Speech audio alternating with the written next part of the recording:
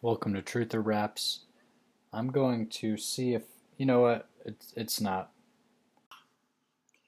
It wasn't worth it to try to position this so that it wouldn't have the scratchy noise. If it had the scratchy noise, it would be bad enough that it would be like it's just whatever. So I finally beat Ornstein and Smough in Dark Souls 1. And boy, was it was it a long battle. So it was a really long battle because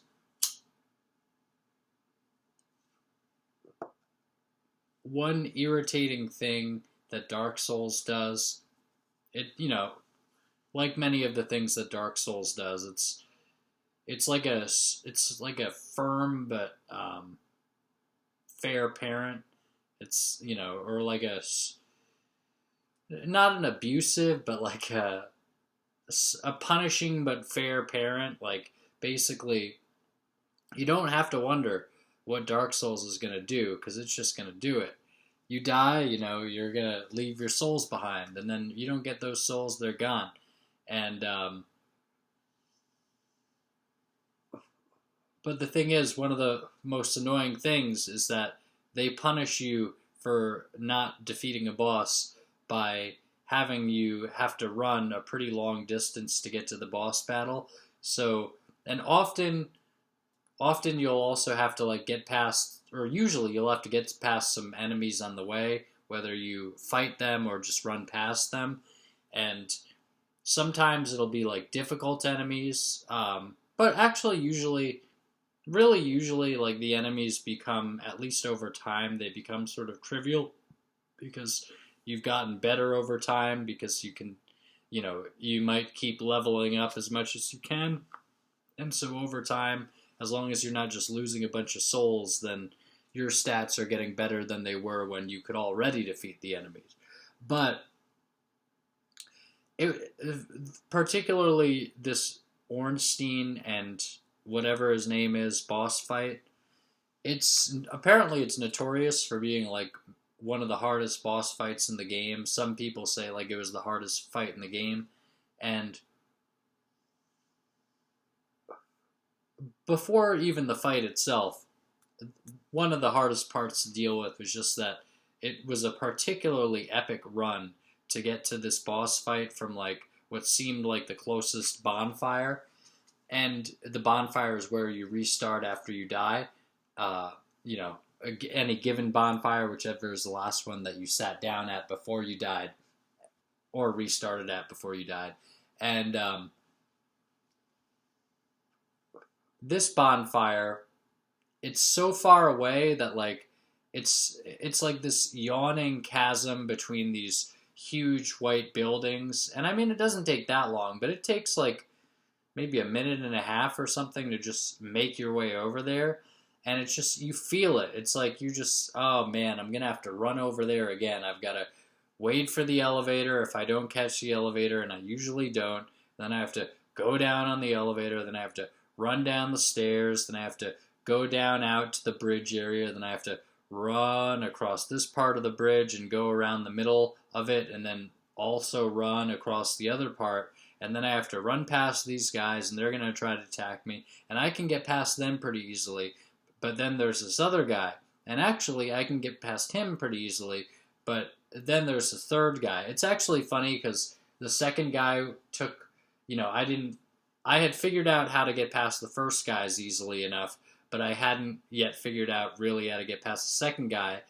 And so then I realized just run past him, like don't try to dodge or anything.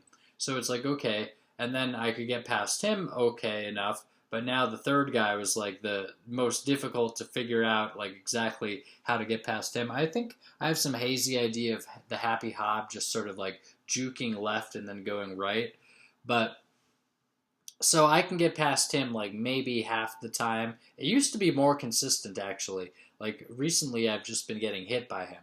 So I can usually get past him like or maybe a little less than half the time recently without getting hit by his blade or something, and then having to use one of my heals at the top of the stairs before the boss fight.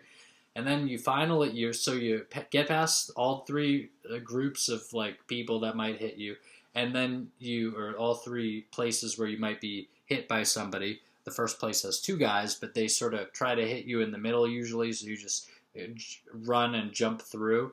And then you get into the boss area, the boss fight place, and the two bosses generally are just like walking towards you from the other end of the room, but one of them has like this dash attack. So sometimes it seems like he basically like gets to you within like a second and change of you getting into the boss arena. And so basically you get there, you raise your shield like you're a freaking elf in the Lord of the Rings or something, and then you wait for these guys to start walking towards you. And one of them is this big bulbous guy, and he's sort of slow, but he's very powerful. And the other guy is like this faster guy who has like lightning attacks, and like he has a spear and stuff. The other guy has a huge like sort of like, mallet, like, a rubber mallet kind of hammer, but it's, all like metal, and he's all like he's wearing armor, or he's just made of metal or whatever it is. And so is the other guy. And so then you have to go around the room. Well, this guy has slower attacks, but they're devastating, and then this guy has quicker attacks, but they can also be kind of heavy. And so they're both like attacking you at once, and like it took me so many tries, and I was like for like weeks. I think maybe like over a month. I don't, maybe probably not that long, but like essentially like I've been stuck at these guys, and I just haven't. It's just like I haven't put in the effort to like really get good. The Dark Souls thing. I didn't put in the effort to really get good at the boss fight.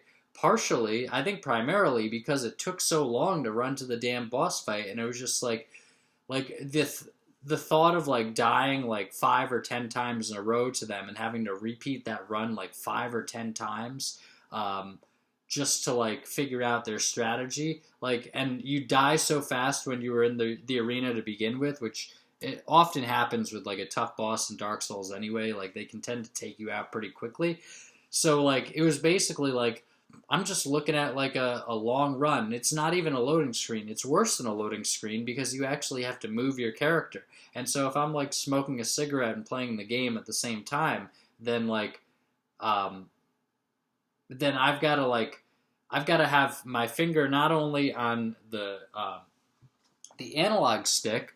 I've got to have my finger not only pushing up on the analog stick or pushing wherever to go, but I also have to push this and hold it to get the character to run, because otherwise he's going to walk like maybe a third of the speed or something, and then it's going to take a really long time. So, but then you don't just hold this, because eventually he runs out of stamina, so then you have to let it go, and then you wait till the stamina, and then you hold it again, and you keep moving this, and you have to wait for the elevator to go down from the first place, and you have to wait on the elevator, and then you have to go across, and it's like, if it was actually a fucking loading screen, then I'd be fine with it. I don't like a loading screen. Like if it's a particularly long loading screen, a few games on my PS4 have had kind of bad loading screens. If it's a particularly long one, then that kind of sucks.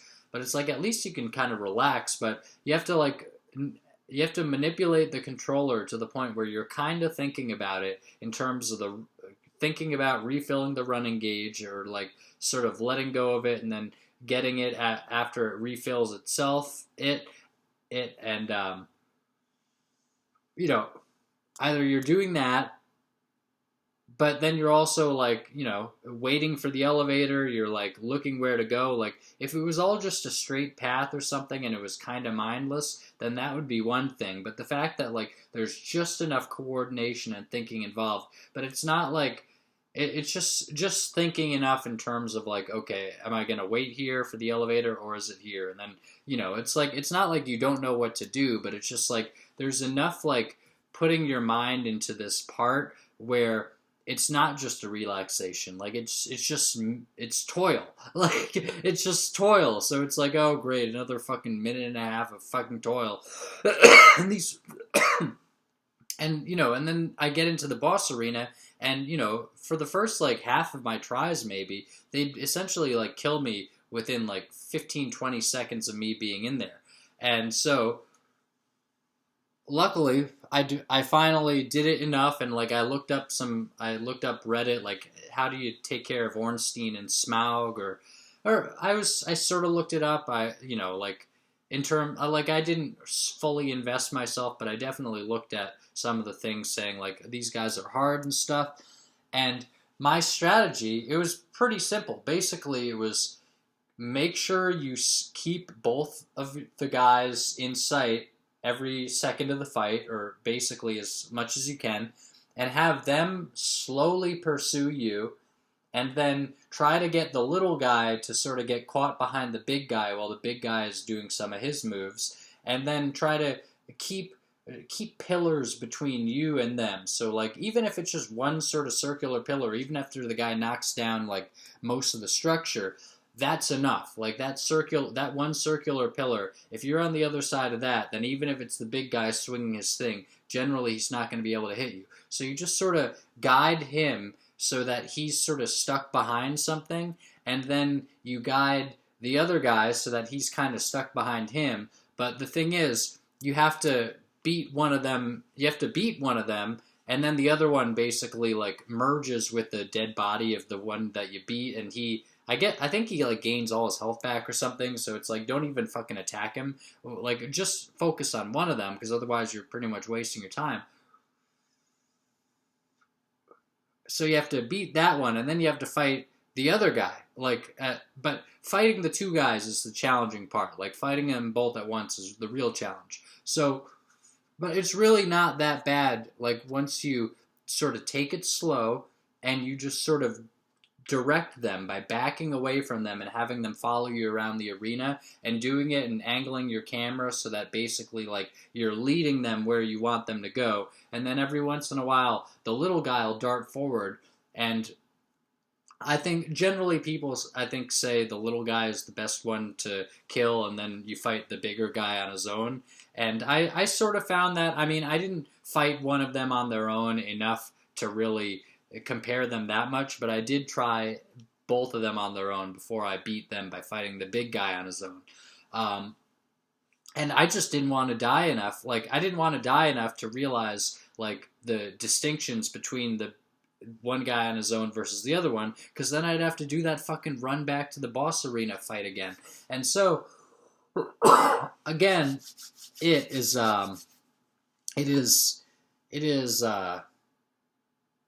just a terrible... I mean, it's not a terrible fight. It's actually kind of a fun fight, but that little punishment before the fight really, really digs it in. And it's like, with a lot of boss fights where it's like, or with boss fights where it's a shorter way to get there, and generally it is a long way to get there, like, for most of the bosses. Really, like, this isn't even the longest one. I think the one in Blighttown, this, like, sort of raw sewage swamp place, I think that was longer. And then that fight came off as pretty tough too before I kind of got good at it. But this fight, like, it was a lot to deal with until you treated the guys like one entity. Like, the tough part was that it was two guys, but as long as you kept them both in your line of sight and sort of had at least one of them, like, sort of going where you wanted him to go, then generally it acted more like you were fighting a big enemy with a long arm. And the arm was the little guy, but the enemy's body was the big guy.